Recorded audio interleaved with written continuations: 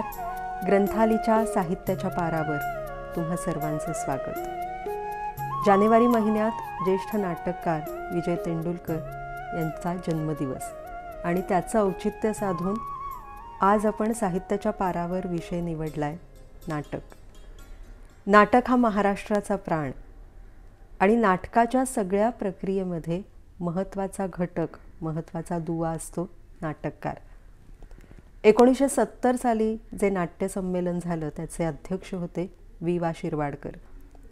आपल्या अध्यक्षीय भाषणात ते असं म्हणाले होते की नाटक हे प्रथमतः आणि मूलतः साहित्य प्रकार आहे.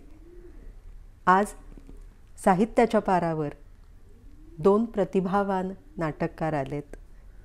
संगीत नाटक अकादमी पुरस्काराने सन्मानित नाटककार, पटकथा लेखक, कादंबरीकार, अभिनेते, दिग्दर्शक अभिराम भडकमकर आणि कवी, नाटककार, कथा, पटकथा, संवाद लेखक किरण येले. अभिराम सर त्यांच्या देहभान या नाटकाविषयी आणि किरण त्यांच्या प्लॅटफॉर्म नंबर 9 या नाटकाविषयी आपल्याशी बोलणार आहेत. या लॉकडाऊनच्या काळात अभिराम सरांची इन्शाअल्लाह ही कादंबरी प्रकाशित झाली, जिला वाचकांचा भरभरून प्रतिसाद मिळतोय.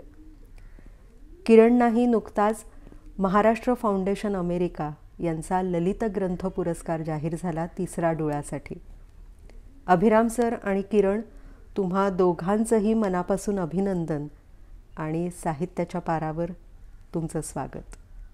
अभिराम सर, तेंडुलकरांच्या जन्मदिनाचं औचित्य साधून आपण हा भाग करतोय आणि योगायोग असा की तुमच्या देहभान या नाटकाच्या पुस्तकाच्या प्रस्तावनेमध्ये तुम्ही तेंडुलकरांच्या शांतता कोर्टमधल्या बेणारेबाईंचा या पात्राचा उल्लेख केला आहे. तुमच्या नाटकामध्ये तुम्हाला बेणारेबाईंचं पात्र तुमच्या इतर पात्रांमध्ये कुठे कुठे जाणवलं किंवा सापडलं?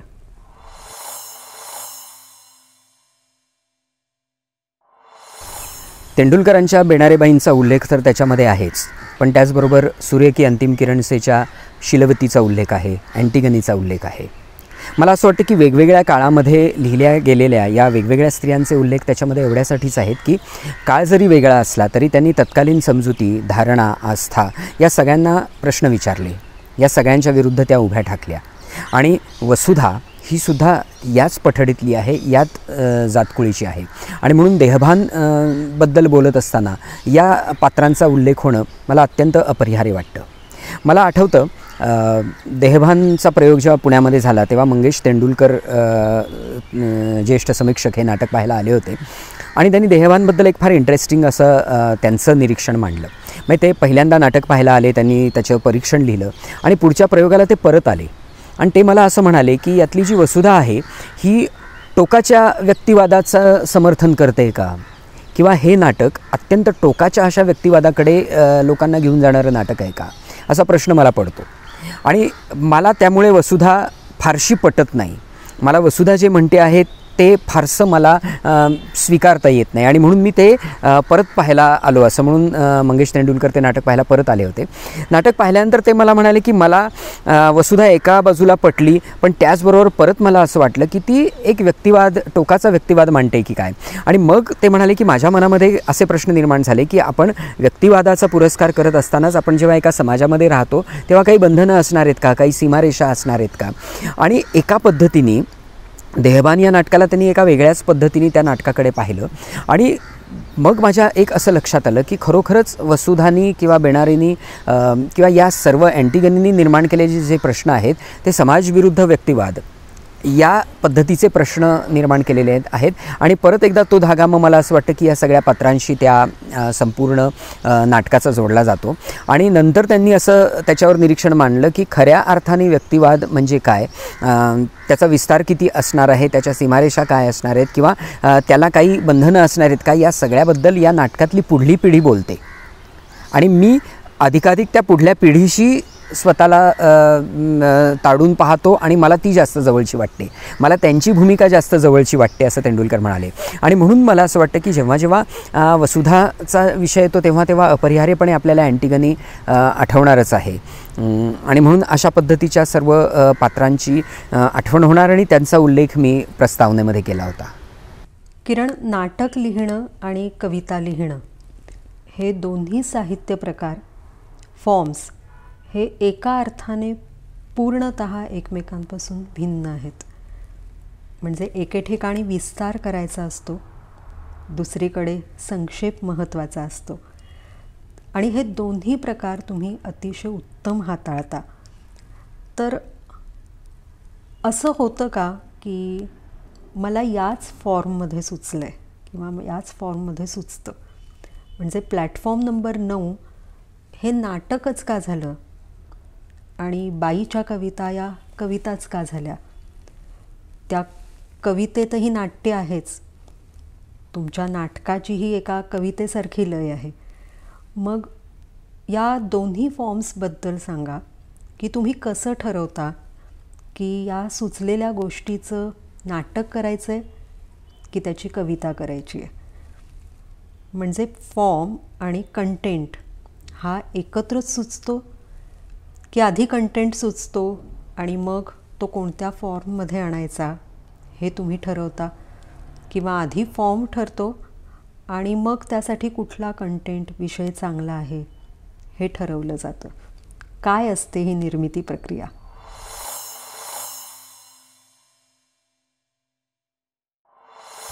नमस्कार, धन्यवाद अस्मिता, आणि आभार तुझे आणि विशेषतः ग्रंथालीचे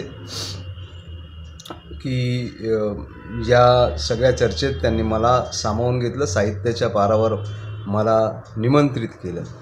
आणि या पहिल्या प्रश्नाचं उत्तर, खूप चांगला प्रश्न विचारलायस तू की कविता आणि नाटक ह्या वेगवेगळ्या असताना फॉर्म कसा सुचतो. तर ते सुचण्याची प्रोसेस जी आहे ती मला वाटतं कविता लिहिताना मला कळलं की एखादा विषय मोठा असेल तेव्हा तो कवितेत न बसल्याने नाटकाचा फॉर्म मला निवडावा लागला. जसं पहिलं नाटक झालं मंटूच्या कथांवर, तर ते ऑब्व्हियसली कथांचं रूपांतर होतं, अडॉप्ट केलेलं होतं त्या कथा. आणि नंतर जे झालं प्लॅटफॉर्म नंबर 9 हे या ज्या नाटकावर आपण बोलतो आहोत, ते त्या मुलांमध्ये काम करताना माझ्या लक्षात आलं की यामध्ये खूप कविता आहेत, या मुलांच्या खूप वेदना आहेत, पण त्या वेदना सहन करत जगण्याशी लढत ते हसत खेळत आयुष्य घालवत आहेत आणि त्याला फाईट करत आहेत. हे दाखवायचं असेल तर ते कवितेत नाही, आपल्याला नाटकाचा फॉर्म वापरावा लागेल. आणि मग तो येत गेला, नाटकाचा फॉर्म येत गेला. आणि एकूण कवी असल्यामुळे मला वाटतं त्यामध्ये नाटकात पण कविता आहेत आणि तू म्हणतेस तसं कवितेत नाटक आहे. त्याचा बेस तो असावा माझा की कवी आहे पण त्यामध्ये नाटक पण आहे. त्यामुळे खूप जणांना वाटतं की कवितेत पण नाट्य आहे, कथेत पण नाट्य आहे आणि माझ्या नाटकात पण कविता आहे. म्हणजे या नाटकातली एक कविता किंवा एक गाणं आहे चळवळीचं, ते असं आहे की बांध बंधवावो बंधवावो बंधवावो मालिक जी हो, बांध बंधवावो बंधवावो बंधवावो मालिक जी, हमका पानी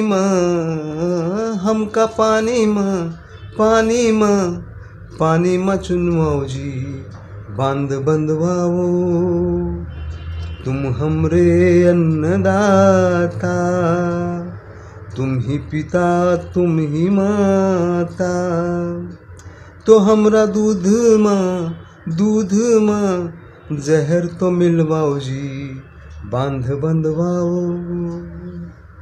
देहभानमधला एक काळ जो आहे तो 1952चा काळ आहे आणि या सगळ्या काळाला पार्श्वभूमी आहे जयप्रकाश नारायणांच्या चळवळीची. तर नेमका हा चळवळीच्या पार्श्वभूमीवरचाच काळ तुम्ही का निवडलात? की तोच काळ सहजपणे आलाय की त्यामागे काही खास कारण होतं? हो, 1952चा काळ जो मी निवडला तो अत्यंत हेतुतः निवडलेला आहे. तो फार इंटरेस्टिंग काळ आहे बघा, कारण स्वातंत्र्य मिळून 4-5 वर्ष झालेली आहे. 47ला आपल्याला स्वातंत्र्य मिळालं आणि त्याच वेळेला त्या संपूर्ण स्वातंत्र्य लढ्याचं एक संचित आपल्यामध्ये असलेली माणसं, ध्येयनिष्ठ त्यागी माणसं आपल्या आजूबाजूला दिसत होती. त्यांचा प्रभाव तरुण पिढीवरती, वसुधासारख्या कार्यकर्तीवरती, तिच्या आजूबाजूच्या कार्यकर्त्यांच्यावरती, आपल्याला गोपाळ वगैरे या सगळ्यांच्यावरती पडताना दिसलेला आहे. तो प्रभाव त्यांच्यावरती आहे. आणि त्याच वेळेला 5 वर्ष झालेली असल्यामुळे एक स्वातंत्र्याला की एक पद्धतीचं स्थैर्य, कुठेतरी राजकीय स्थैर्य त्या ठिकाणी आपल्याला दिसतं. आणि त्यामुळे एक हळूहळू घसरणीचा काळसुद्धा आपल्याला सुरू झालेला दिसतो. म्हणजे विचारधारा कितीही अस्सल असली तरी ती कोणाच्या हातामध्ये पडते आणि त्याच्यामध्ये मिडिओकर माणसं शिरतात का, आणि त्यांच्या हातामध्ये समजा जर अशा पद्धतीची जर विचारधारा असेल तर ज्या पद्धतीने संपूर्ण समाजामध्ये एक घसरण सुरू होते, तो त्या घसरणीचा सुद्धा काळ होता, जो आपल्याला त्या आश्रमामध्ये दिसतो, तिथल्या माणसांच्यामध्ये दिसतो, त्यांच्या वागण्यामध्ये दिसतो. आणि त्यामुळे या सगळ्या पार्श्वभूमीवरती वसुधा काहीतरी एक वेगळं मांडू पाहते, एक वेगळं म्हणू पाहते आहे. आणि त्यामुळे विचारधारेकडे पूर्णपणे कर्मठ अशा पद्धतीने पाहणं किंवा विचारधारेला एका संकुचित चौकटीमध्ये बंदिस्त करणं आणि त्या पद्धतीने म्हणजे जी विचारधारा अत्यंत खुल्या विचारांचा आग्रह धरते तिला पोथीनिष्ठ बनवून टाकणं, तिला पठडीतली बनवून टाकणं, अशाही पद्धतीचा तिच्या आजूबाजूचं सगळं वातावरण आहे. आणि या वातावरणामध्ये वसुधा त्या ठिकाणी ज्या पद्धतीनं एक निसर्गाची बाजू मांडते आहे किंवा म्हणजे एकाने अतिशय चांगल्या पद्धतीने म्हटलं होतं की देहभान हे निसर्ग सूक्त आहे. तर स्वतःच्या नैसर्गिक ज्या अंतप्रेरणा आहेत त्या नैसर्गिक प्रेरणांचा विचार करायला लागते आणि त्या नैसर्गिक प्रेरणा कशा पद्धतीने त्यांचा आदर केला पाहिजे, त्यांना समजून घेतलं पाहिजे हे मांडायचा प्रयत्न करणारी वसुधा एकीकडे आणि या सगळ्याकडे पाहूच न शकणारी झापडबंद माणसं आणि समाज एका बाजूला, अशा पद्धतीचं ते द्वंद्व मला त्या ठिकाणी अत्यंत चांगल्या पद्धतीने मांडता येणार होतं. परंपरेचा बळी ठरलेली आलवणामधली मावशी तिथे दिसते की तिचं सगळं आयुष्यच या सगळ्या पारंपरिक पद्धतीमध्ये कोळपून गेलेलं आहे किंवा जळून गेलेलं आहे, अशा पद्धतीची मावशी आपल्याला दिसते. आणि त्याच काळामध्ये नवीन विचारांचं, आधुनिकतेचं वारं म्हणजे बोलपट आलेले आहेत. या सगळ्याचं वारं अंगावरती येऊन एक वेगळ्या पद्धतीचा ची मानसिकता तयार होणारी विद्या आपल्याला त्या ठिकाणी दिसते. दादासाहेब बाबासाहेबांच्यासारखी माणसं आहेत की जी पूर्णपणे झापड लावून तर अशा पद्धतीने त्या संपूर्ण समाजाचं जे एक चित्र होतं, आपल्या समाजामध्ये जी एक वेगळ्या पद्धतीची घुसळण त्यावेळेला चालू होती, ती मांडण्यासाठी मला 1952चा काळ खूप महत्त्वाचा वाटत होता. आणि जयप्रकाश नारायण अशासाठी की गांधीजी तर नव्हते, पण ज्या माणसांमध्ये आपण गांधीजींना पाहू शकतो किंवा शकलो असतो आपण जर त्या काळामध्ये असतो तर अशा पद्धतीचे जयप्रकाश नारायण त्या ठिकाणी होते, ज्यांच्यामध्ये आपण गांधी पाहतो, नंतरही पुढे पाहिला. आणि म्हणून मला जयप्रकाश नारायण आणि त्यांची चळवळ आणि ती खूप महत्त्वाची वाटत होती. ते एक प्रतीक होऊन राहतात त्या विचारधारेचं. म्हणून 1952 हा काळ मला अतिशय महत्त्वाचा आणि अतिशय इंटरेस्टिंग वाटला आणि म्हणून मी तो काळ त्यामध्ये निवडला. बहुतेक लोक स्वतःची वेदना आपल्या लिखाणात मांडतात. किरण, तुम्ही जेव्हा लिहिता तेव्हा ती वेदना दुसऱ्याची असते आणि एक तटस्थ किंवा संवेदनशील प्रेक्षक म्हणून किंवा एक निरीक्षक, ऑब्झर्वर म्हणून तुम्ही याकडे कसं पाहता की या नाटकामध्ये सुद्धा एक जे समांतर जगणं आहे ते आपल्या लेखणीतून मांडलं जावं, ते यावं, असं का वाटलं तुम्हाला?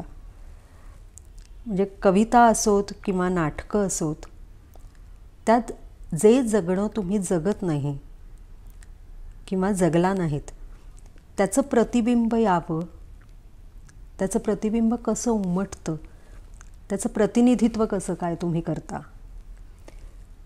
त्यात जी करुणा आहे, सहवेदना आहे, ती कुठून येते? म्हणजे ती जाणवते आणि तुम्ही लिहायला सुरुवात करता की त्याचा अभ्यास होतो, त्याच्यावर चिंतन होतं आणि मग तुम्ही लिहिता? काय असते ही प्रक्रिया? हां, या बाबतीत मी असं म्हणू शकेन की 2 वेगवेगळे फॉर्म आहेत, कविता आणि नाटक. तर कवितेची भाषा ही आतली असते, मनातली असते, त्या आतल्या गोष्टी बोलतं प्रामुख्याने.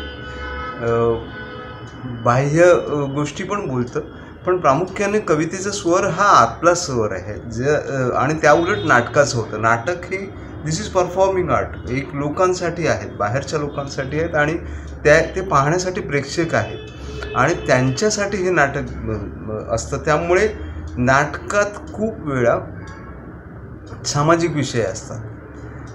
तू पाहशील तर अनेक जी नाटकं झालेली आहेत ती त्या म्हणजे बहुतांशी नाटकामध्ये 90% नाटकामध्ये सामाजिक वेदनांचा भाष्य असतं, त्यावर भाष्य असतं. त्यामुळे हे दोन वेगवेगळे फॉर्मचा विचार करता त्या गोष्टी आपल्याला लक्षात घ्यायला हव्यात. आता तू म्हणतेस तसं माझ्या कवितांमध्येही किंवा कथांमध्येही किंवा नाटकांमध्येही त्या सहवेदना येतात किंवा या सामाजिक विषयांवर भाष्य येतं.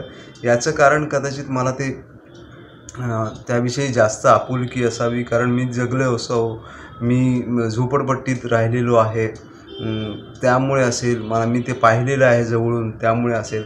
हे जेव्हा आपण एखाद्या कलाकृतीमध्ये जेव्हा व्यक्त करत असतो, जेव्हा सांगत असतो, एखादी कलाकृती लिहित असतो, तेव्हा तू म्हणतेस तसं ते जगावं लागतं. म्हणजे ती पात्र वरवर न जगता तुमच्या आतमध्ये ती पात्र भिनावं लागतं. जसं नाटकाचा फॉर्म आहे, यू मेक देम बिलीव्ह, जे की ते नाटक खोटं असलं तरी ते तुम्हाला खरं वाटायला पाहिजे, ते पाहणाऱ्याला खरं जगणं वाटायला पाहिजे. आणि जसं आर्ट एखादा कलाकार आतमध्ये ते कॅरेक्टर भिनवून घेतो आणि मग ते बाहेर ते लोकांना खरं पात्र वाटावं लागतं, तसंच लेखकालाही ही सगळी पात्र आतमध्ये भिनवून घ्यावं लागतात आणि ती लिहावी लागतात. तेव्हा त्यांची भाषा खरी येते, वागणं खरं येतं, बोलणं खरं येतं, चालणं खरं येतं आणि मग ते लोकांना खरं वाटू लागतं. ॲक्टरचा पार्ट नंतर येतो खूप, लेखकाला आधी हे जगावं लागतं पात्र आणि नंतर मग कॅरेक्टर ते भिनवून घेतो किंवा ॲक्टर भिनवून घेतो किंवा तो कलाकार तर भिनवून घेतो आणि मग लोकांपुढे मांडतो. स्त्रीबद्दल, तिच्या देहभानाबद्दल, तिच्या जाणीवांबद्दल अनेक स्त्रियांनीही लिहिलं आहे, पुरुषांनीही लिहिलं आहे, वेगवेगळ्या साहित्य प्रकारांमध्ये लिहिलं आहे. देहभान लिहिताना पुरुषाच्या दृष्टिकोनातून या विषयाकडे पाहताना मी जास्त तटस्थपणे पाहू शकलो. असं वाटतं की जर स्त्री लेखक असतो तर मला जास्त अंतस्थ होऊन या विषयाकडे पाहता आलं असतं, असं तुम्हाला वाटतं किंवा तसं पाहता आलं नाही याची रुखरुख लागून राहिली आहे का?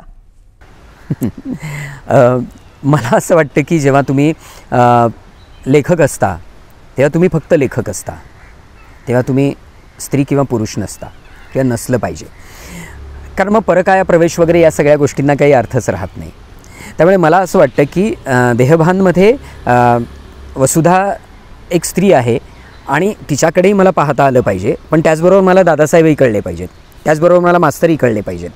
आणि म्हणून मला असं वाटतं की कुठल्याही विषयाचा ॲप्रोच आपण जेव्हा हे करतो तेव्हा तुम्ही स्त्री आहात का पुरुष आहात या गोष्टींनी फरक पडत नाही, तर तुम्ही किती उत्कटतेने ते सगळं जगू पाहता.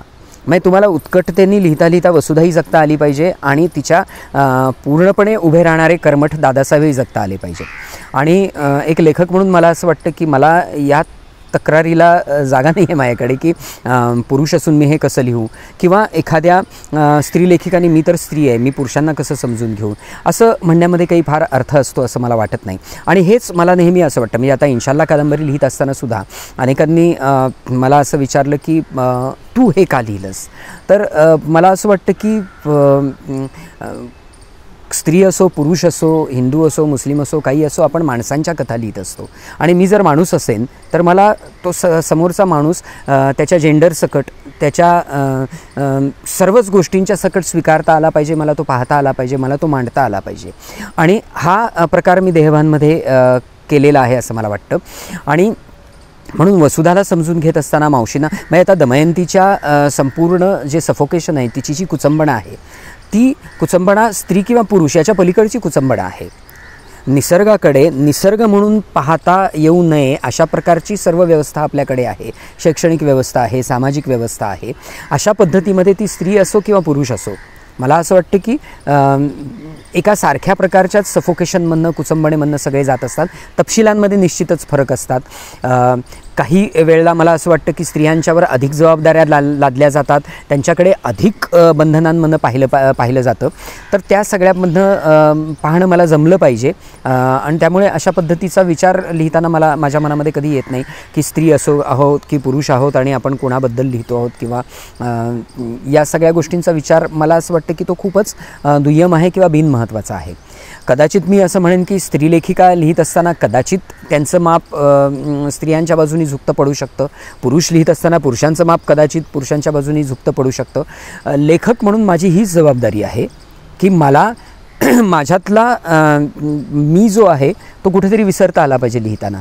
इतक्या उत्कटतेने ती मला त्या ठिकाणी समरस झालं पाहिजे, मला विरघळलं पाहिजे समोरच्या पात्रांमध्ये आणि तशा पद्धतीचा प्रयत्न देहभानमध्ये मी नक्कीच केलेला आहे. आणि दुसरी गोष्ट अशी आहे ना की देहभान हे नाटक केवळ स्त्रीच्या कुचंबणेचं नाटक नाही आहे. गंमत अशी आहे की वेगळ्या प्रकारचा विचार मांडणारा जो मास्तर आहे, जो रधो कर्वेंच्या चळवळीशी मला खूप जवळचा वाटतो, या मास्तरची एक वेगळीच कुचंबण आहे ना. निसर्ग समजून घेणं आणि आपल्या नजरेने निसर्ग लोकांना समजावून सांगण्याचा प्रयत्न करणं आणि त्याच्यामध्ये येणारे अडथळे जे मास्तरला येतात, किंवा गंमत अशी आहे की मास्तर जो आहे तो संपूर्णपणे निसर्गाच्या पद्धतीने जगण्याचा प्रयत्न करून त्याची एक चळवळ करण्याचा प्रयत्न करतो आहे. एका चळवळीच्या रूपामध्ये तो सगळं मांडायचा प्रयत्न करतो आहे. परंतु 90चे जे आपले पद्मनाभ आहेत 90च्या काळामधले नाटकामधले, ते त्याची चळवळ करत नाही, पण त्यांच्या जगण्यामध्ये निसर्ग आहे. ते नैसर्गिक प्रेरणा म्हणून या सगळ्या गोष्टींच्याकडे पाहत आहेत. आणि म्हणून हे नाटक केवळ स्त्रीच्या देहभानाचं नाटक आहे असं मला वाटत नाही, तर एकूणच ते नाटक निसर्गाचं नाटक आहे.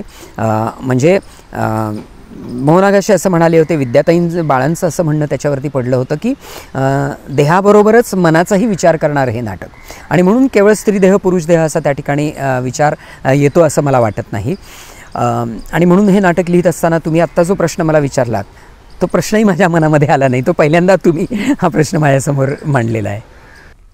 किरण, तुमच्या नाटकातली भाषा ही एका ढोबळ अर्थाने अकाव्यमय, असाहित्यिक अशी भाषा आहे आणि समाजाच्या ज्या वर्गाची अभिव्यक्ती या अशा एका खडबडीत भाषेत होते, ती भाषा इतक्या नेमकेपणाने या नाटकामध्ये उतरली आहे की जी भाषा तुमची रोजची सरावाची भाषा नाही. मग ही तुम्ही कशी आत्मसात केलीत आणि या भाषेतून तुम्हाला जे मांडायचं आहे ते कसं मांडलत? तू म्हणतेस ते अगदी बरोबर आहे अस्मिता. या नाटकाची भाषा जी आहे ती अकाव्यमय आहे, किंबहुना ती रस्त्यावरची भाषा आहे. त्यामध्ये एका कॅरेक्टरचंच नाव, एका मुलाचं नाव शेमण्या असं त्याला हाक मारतात. तर हे सगळे रस्त्यावरची जी लोकं आहेत ती एकमेकांना, त्यांची नावंच मुळात दगडू वगैरे अशी असतात आणि त्यांनी त्या व्यतिरिक्त नावं वेगळी ठेवलेली असतात. त्यांची भाषा रस्त्यावरची असते कारण त्यांचं जगणंच खडबडीत असते. तू चांगलं म्हणालीस की ती भाषा खडबडीत आहे. याचं कारण जे आहे, त्यांचं जगणं, रोजचं जगणं जे आहे तेच मुळात खडबडीत असतं आणि सरळसूट नसतं. ते आज आहे, आज आपल्याला 10 रुपये मिळाले, जेवायला मिळाले, उद्या काय मिळेल, उद्या उपाशी राहायला लागेल की एखादं जिलेबी आणि काहीतरी पंचपक्वान्न समोर येईल की काय, याची सुतराम कल्पना आजच्या दिवशी नसते. त्यामुळे हे सगळं त्यांचं जगणं मांडताना ऑब्व्हियसली मला त्या पात्रांची भाषा अवगत करावी लागली. ते शक्य झालं कारण मी त्या मुलांमध्ये थोडं काही महिने काम करत होतो. रस्त्यावरची जी मुलं आहेत, रस्त्यावरची नाही, प्लॅटफॉर्मवर पळून आलेली मुलं जी आहेत ती घरातून पळून येतात, ती एक संस्था आहे, त्यांच्यासोबत मी काम करत होतो. त्यामुळे त्या मुलांसोबत राहताना मला ती भाषा कळली, त्यांचं बोलणं कळलं, त्यांचं वागणं, कोणत्या क्षणी ते कसे वागतील त्याचा अंदाज आला. ते मनात काय विचार करत असतात, एका गोष्टीला कसं रिॲक्ट करत असतात ते कळलं. जगण्यातले छोटे छोटे आनंद कसे एन्जॉय करत असतात आणि एखाद्या मोठ्या घटनेला कसं सामोरं जात असतात ते कळलं. आणि ते कोणत्या भाषेत सामोरे जातात, त्यावेळी ती कोणती भाषा वापरतात हे कळलं. त्यामुळे ती नाटकात मला वाटतं ती भाषा आली असावी. आणि ते ऑब्व्हियसली आहे, तुम्हाला एखादं कॅरेक्टर प्रेझेंट करायचं असेल तर कॅरेक्टरची, त्या पात्राची भाषा तुम्हाला अवगत असणं हे नाटककारासाठी महत्त्वाचं ठरतं मला वाटतं. आणि तो कॅरेक्टर कोणत्या भाषेत रिॲक्ट होईल, कसा रिॲक्ट होईल, वेगवेगळे कॅरेक्टर असतील तर ते वेगवेगळ्या प्रकारे रिॲक्ट होतील आणि ते या नाटकात आलेलं आहे. तू म्हणतेस ते अगदी बरोबर. देहभान नाटकात 2 कालखंड तुम्ही घेतलेत. एक आहे 1952 आणि 2002. आता 2021 उजाडलं आहे. मध्ये हा 19-20 वर्षांचा काळ गेला. या 19-20 वर्षांमध्ये स्त्रीचं देहभान अजून प्रगल्भ झालं आहे असं वाटतं का? आणि 1952मधली वसुधा आहे, मावशी आहेत, 2002मधली दमयंती आणि साधना, आणि त्यानंतर आत्ताच्या काळातली कुणी मुलगी, हा फरक पाहता याचा सिक्वेल लिहावा असं तुमच्या मनात आलं आहे का? आणि तसं असेल तर काय लिहावंसं वाटेल? देहभान ही खरं तर सुरुवातीला एक एकांकिका होती. 1987 साली मी लिहिलेली. प्रस्तावनेमध्ये मी त्याचा खूप विस्ताराने मी लिहिलेलं आहे. आणि त्याच्यानंतर त्याचं मी नाटक करायचा जेव्हा परत प्रयत्न करायला लागलो, त्या दरम्यानच्या काळामध्ये टेलिव्हिजन आला. आणि टेलिव्हिजनवरती मी प्रस्तावनेतही म्हटलेलं आहे की सॅनिटरी नॅपकिन्स आणि कॉन्डोम्स आणि या सगळ्या गोष्टींचा एक जाहीरपणे उल्लेख व्हायला लागला. आणि मला असं वाटायला लागलं की आता तर हे नाटक आउटडेटेड झालं. कारण या सगळ्या गोष्टींचा जर समाजामध्ये मुक्तपणे आणि उल्लेख होत असेल आणि तो जर संकोच विरघळून जाणार असेल तर मग देहभान या नाटकाचं प्रयोजनच उरत नाही. पण जेव्हा हे नाटक मी लिहिलं आणि ते नाटक रंगमंचावरती आलं तेव्हा माझ्या असं लक्षात आलं की आपल्यामध्ये तपशिलांचा भरणा झालेला आहे, पण मूळ निसर्ग म्हणून या सगळ्या गोष्टींकडे पाहण्याची जी आपली प्रवृत्ती आहे ती अजून बदलत नाही आहे. आणि मग माझ्या असं लक्षात आलं की आताच्या काळात तर देहभान हे आणखीनच रिलेव्हंट होत चाललं आहे. जेव्हा हे नाटक सुरुवातीला आलं, आज खरं तर मला या ठिकाणी दत्ता घोसाळकरचा उल्लेख करणं अत्यंत आवश्यक आहे. कारण हे नाटक वेगळ्या पद्धतीचं आहे. हे नाटक तुम्ही व्यावसायिक रंगमंचावरती का करता असा प्रश्न आला. तेव्हा मी असं म्हटलं की मला व्यावसायिक प्रायोगिक वगैरे काही कळत नाही. मला जे हवं ते नाटक लिहितो. मी दिग्दर्शकांना ते वाचून दाखवतो आणि दिग्दर्शकाला ज्या ठिकाणी ते करावंसं वाटतं त्या ठिकाणी ते नाटक करतो. आणि मग त्यांनी जर ते व्यावसायिक रंगभूमीवरती केलं तर माझी त्याला काही ना नसते. त्यामुळे माझ्या मनामध्ये तरी हे असे कंपार्टमेंट नाहीत. त्यामुळे दत्तानी हे नाटक लोकांनी असं सांगून की अरे हे प्रायोगिक रंगभूमीवरचं नाटक आहे, इथे कशाला करतो असं म्हणून त्यांनी आर्थिक रिस्क घेतली आणि कुमार सोहनींनी हे नाटक चांगल्या पद्धतीने बसवलं. तेव्हा आम्हाला ते अधिकाधिक रिलेव्हंट वाटलं होतं. आज खरं दत्ता आपल्यामध्ये नाही. महिन्याभरापूर्वीच दत्ता आपल्याला सोडून गेला आणि त्याची आठवण निश्चितच या प्रसंगी मला येणं आणि थोडंसं भावूक होणं अगदीच साहजिक आहे. पण गंमत अशी आहे की हे नाटक दत्तानी जेव्हा केलं त्याच्यानंतर परत एकदा ते नाटक झालं 3 वर्षापूर्वी. आणि 2019ला तर कन्नडमध्ये हे नाटक रंगायननी सादर केलं आणि त्यांनी त्याच्यामधले तपशीलही बदलले नाहीत. त्यामुळे मला या नाटकाचं सिक्वेल लिहिण्यापेक्षा मला असं वाटतं की हे नाटक अजूनही काही काळ अशाच पद्धतीने होत राहील. याचं कारण असं, या नाटकातले तपशील जरी आपण बाजूला केले तरीसुद्धा 2 काळांचं हे नाटक आहे. त्याच्यामुळे ज्यावेळेला आम्ही केलं तेव्हा आम्ही त्याला 2002 दाखवलं होतं. आज जेव्हा केलं तेव्हा रंगायनी 2019 म्हटलं होतं. याचा अर्थ असा की मूळ जे या नाटकातलं जे सूत्र आहे, जे मास्तर मांडू पाहतो आहे आणि जे पद्मनाभ जगू पाहत आहेत, वसुधा जे जगून दाखवते, मावशीला जे पटतं पण परंपरेमुळे जगता येत नाही, आणि दमयंतीला जे तत्वतः पटतं पण व्यवहारामध्ये पटलं तरीसुद्धा ते तसं वागण्याचं धाडस तिच्यामध्ये नाही. शिल्पा, मनोज, किरण ही पात्र वेगळ्या पद्धतीने या सूत्राकडे, या निसर्ग सूक्ताकडे पाहण्याचा प्रयत्न करतात आणि आजच्या काळाशी संदर्भ जोडत त्या पद्धतीने जगण्याचा प्रयत्न करतात. म्हणजे केवळ सेक्सबद्दल नव्हे तर सेक्शुॲलिटीबद्दलसुद्धा ते आज फार धाडसाने बोलतात आणि त्या पद्धतीने जगायचा प्रयत्न करतात. त्याच्यामुळे सिक्वेल असा माझ्या डोळ्यासमोर नाही. उलट मला या गोष्टीचा आनंद होतो की त्यातलं मूळ जे सूत्र आहे ते सूत्र लोकांना आवडत राहतं आणि परत परत लोकांना ते नाटक करावं असं वाटतं. आणि वेगवेगळ्या ठिकाणी आणि वेगवेगळ्या भाषांमध्ये हे नाटक होतं. आता हिंदीमध्ये पण ते नाटक होण्याची प्रक्रिया आहे. नुकतंच त्याचं हिंदी भाषांतर पूर्ण झालेलं आहे. आणि म्हणून सिक्वेल जरी नसला तरी मला असं वाटतं की कुठल्याही नाटककाराला सुखावणारी हीच गोष्ट असते की त्याचं नाटक, त्यातले तपशील जरी आउटडेटेड झाले, कारण ते होतच राहतात. म्हणजे वसंत कानेटकरांनी फार छान म्हटलं होतं की अरे आता माझ्या नाटकामध्ये कोळशाची वखार हा शब्द आहे, आता हे नाटक कोण करणार, कुणाला कळणार आहे ते. पण तरी ते नाटक लोक पाहत राहतात कारण ते प्रेम या विषयावर त्यांनी जे काही भाष्य केलेलं आहे ते आउटडेटेड होत नाही. त्याचप्रमाणे मला असं वाटतं की किंवा जयवंत दळवींचं बॅरिस्टरसारखं ऑल टाईम ग्रेट नाटक जे आहे त्याच्याबद्दलही आपण हेच म्हणू शकतो की अलवणातली मावशी त्याच्यामध्ये असली तरीसुद्धा त्याच्यामध्ये मांडलेला जो विचार आहे तो आउटडेटेड होत नाही. म्हणून मला असं वाटतं की सिक्वेल वगैरे नाही, पण या नाटकामधलं सूत्र जर आजही लोकांना करावंसं वाटत असेल आणि पुढेही जर करावंसं वाटलं तर तो खूपच चांगला भाग आहे आणि तो लेखकाला सुखावणारी गोष्ट आहे असं मला वाटतं. ह्याचं कारण असं की 2 काळांमधली ही गंमत आहे की एक काळ जो आहे तो त्याचे तपशील जे आहेत ते तर आपल्यासमोर आहे तसेच आहेत. तिथे मोबाईल नाही, तिथे इतर गोष्टी नाहीत, तिथे तर पोस्टमन आहे, पोस्ट ऑफिस आहे.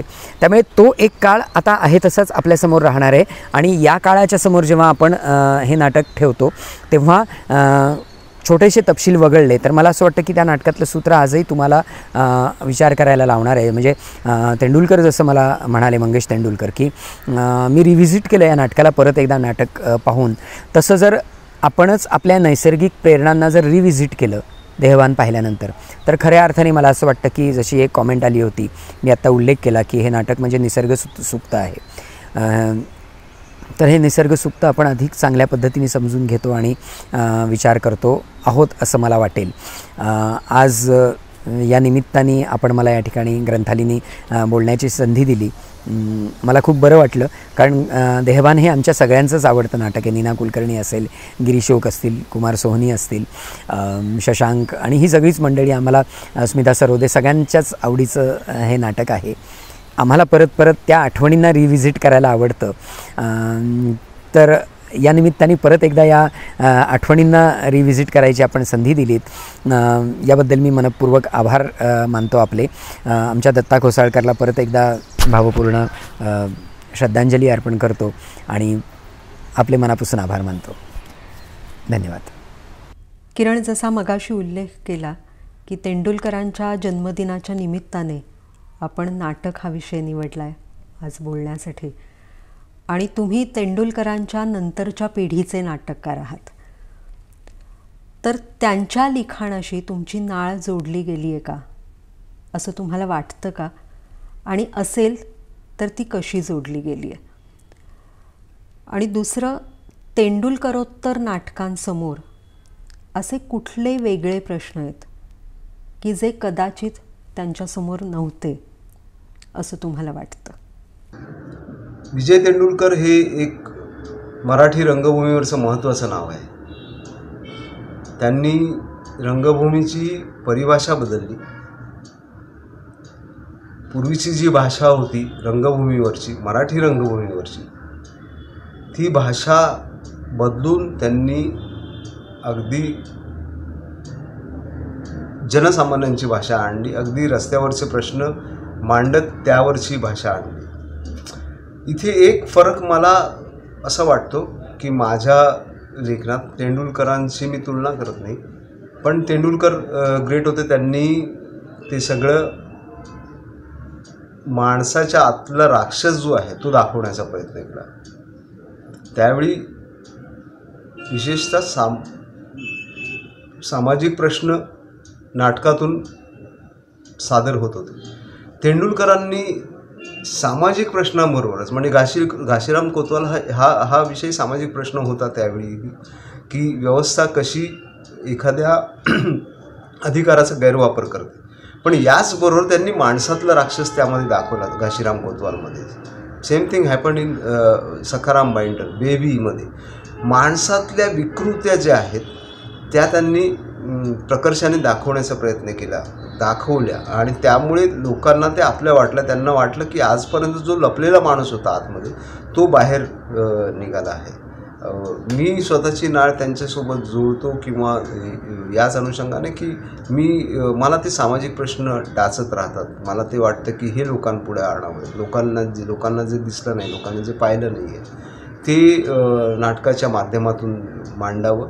आणि त्यासाठी मग ती रस्त्यावरची कॅरेक्टर्स येतात आणि त्यासोबतच मग त्यांच्या आतला जो देव आहे, त्यांच्या आतलं जे हळवेपण आहे, त्यांच्या आतलं जे माणूसपण आहे, त्यांच्या आतली जी विकृती आहे, त्या पण या नाटकातून येत राहतात. म्हणजे या नाटकातलं जम्मन हे पात्र आहे. जम्मन ह्या पात्राची खलप्रवृत्ती आहे, प्रवृत्तीचं पात्र आहे, पण त्याच्या प्रेमात पडणारी जी हिरोची मुलगी आहे, नायकाची बहीण आहे. तिचं म्हणणं आहे की मला या अशा भीक मागून जगण्यात स्वारस्य नाही, मला एक दिवस तरी माणसासारखं जगू दे. माझं स्वप्न तेच आहे की एक दिवस तरी मला हौस मौज मजा करू दे. मग त्यासाठी जम्मनबरोबर प्रेम करायला लागलं तरी मला हरकत नाही, फक्त मला एक दिवस माणसासारखं जगण्याचं आहे, इच्छा आहे. तर या अनुषंगाने मला वाटतं की मी तेंडुलकरांना फॉलो करतो आहे आणि माझं लेखन त्या दृष्टिकोनातून होतं आहे. काळाच्या दृष्टीने, विषयांच्या दृष्टीने नाटक एक फार मोठा परीघ व्यापतं आणि वाचक म्हणून, नाट्यप्रेमी म्हणून आपल्याही जाणीवांचा परीघ विस्तारत जातो. स्वतःकडे, भवतालाकडे पाहण्याचं भान नाटक आपल्याला देतं आणि यासाठी नाटककारांनी लिहित राहावं या शुभेच्छा आपण त्यांना देऊया. अभिराम सर आणि किरण, तुम्हा दोघांचेही मनापासून आभार. मंडळी, ग्रंथालीच्या फेसबुक पेजवर, वैभव महाराष्ट्राचे या यूट्यूब चॅनलवरून तुम्ही हे सगळे भाग पाहू शकता. संपर्कात राहा, तुमच्या प्रतिक्रिया कळवत राहा. पुन्हा भेटूया ग्रंथालीच्या साहित्याच्या पारावर पुढच्या साप्ताहिक अक्षर मैफलीमध्ये. नमस्कार.